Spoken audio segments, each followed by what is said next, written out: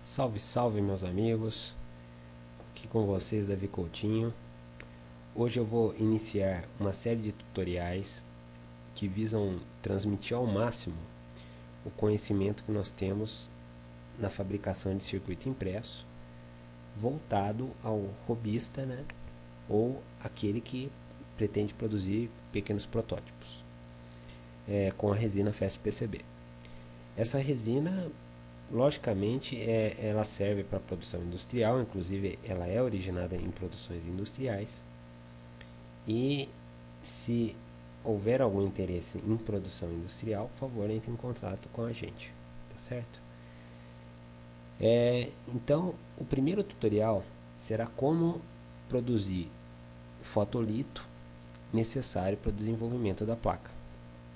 Tá? Eu vou utilizar dois softwares, o Eagle e o PhotoFiltre, ambos freeware com certas limitações. Tá?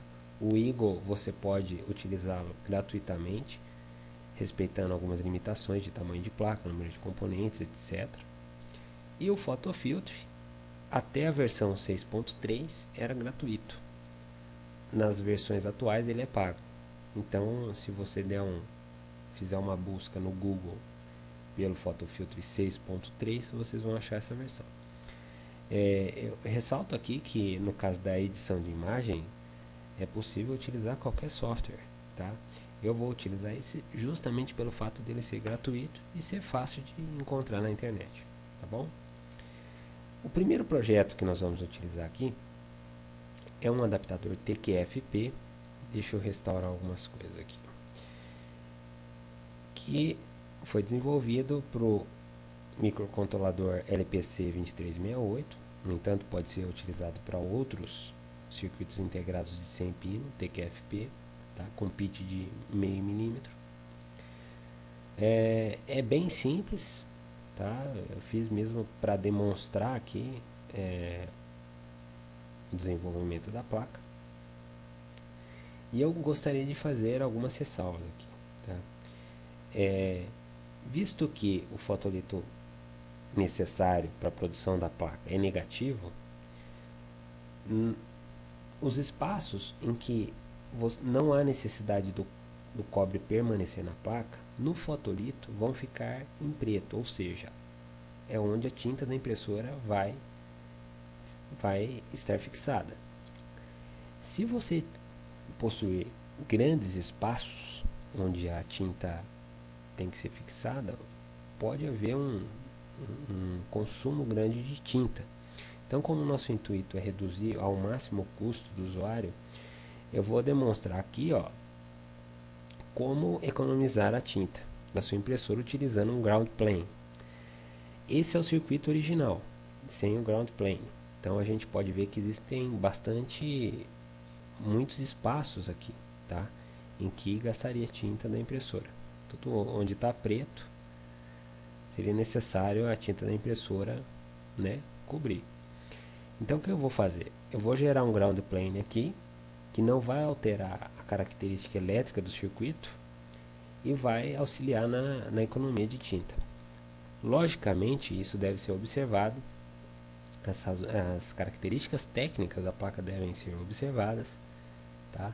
Como placas de radiofrequência, em que existem altas frequências, mesmo digitais. Isso tudo tem que ser observado para não haver capacitância parasita, tá? Não fazer loop de terra, etc. No caso nosso, como a aplicação é muito simples, eu só vou utilizar esse ground plane para economizar essas áreas na impressora, tá? Então a primeira coisa que eu venho aqui em Polygon, vou aqui na espessura, coloco 16, tá? 16 milésimos de polegada. Em Isolate 16 também, já estava configurado anteriormente. Spacing 16 e Rank 1, tá? Seleciono aqui o layer que eu estou trabalhando, que no caso é o top, e vou desenhar um quadrado, tá? É importante tomar cuidado com o desenho desse quadrado na hora de fechar o polígono. Eu vou dar até um zoom aqui para vocês verem. Se eu fechar aqui, se eu fechar aqui, por exemplo, ó, pode acontecer algum problema. Então eu quero fechar direitinho, tá? Fechado o polígono, eu venho em Rastnest e clico. Pronto. Você pode ver que toda essa área foi coberta, tá?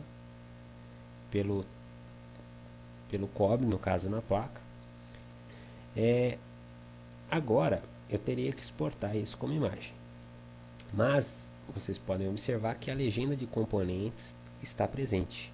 Eu não posso exportar com a legenda. Então a primeira coisa que eu faço é vir aqui em Display e desabilitar. Deixa eu aumentar um pouquinho. E vou desabilitar desde o 21, ó, até o 28, tá? Se os outros aqui estiverem habilitados, desabilite também, tá certo? Vou dar OK. Eu estou deixando aqui os limites da placa, que é essa dimensão. Para auxiliar, no caso de haver a necessidade de eu sobrepor algumas transparências, alguns fotolitos, para aumentar a opacidade contra a luz ultravioleta, tá? Eu vou deixar essa dimensão para facilitar o alinhamento dos fotolitos, tá certo? Então agora eu vou exportar isso como imagem. Eu vou lá em File, Export Image. Vou salvar com o nome aqui no desktop, figura. Vou salvar. Vou colocar modo monocrômico, tá? Monocromático, para exportar em branco e preto. A resolução, a padrão, se eu não me engano, aparece em 250 dpi. Eu aumento ela para 700 dpi, que para minha impressora está mais do que suficiente. Ok? Dou OK. Agora eu vou lá no Photofiltre e abro esse arquivo.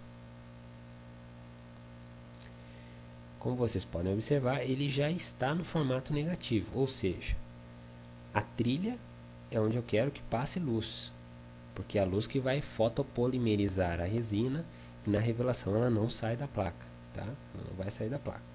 Então, onde há a trilha, onde eu quero que o cobre permaneça no circuito, na placa de circuito, tem que haver transmissão de luz, tá? Agora eu vou lá para imprimir em File, Print. Demora um pouquinho aqui porque minha impressora está em rede. E vou configurar a seguinte coisa. Vou setar a opção Original Size, tá? Pode ver que ela ficou no tamanho original aqui. E aqui vai uma dica. Você pode, por exemplo, abrir um arquivo novo aqui, copiar isso e colar várias partes. Por quê? Normalmente, nas impressoras que não são profissionais, não são feitas para isso, a gente tem que sobrepor algumas figuras para conseguir a opacidade necessária para não haver transmissão de luz nos pontos em que isso não é necessário, tá?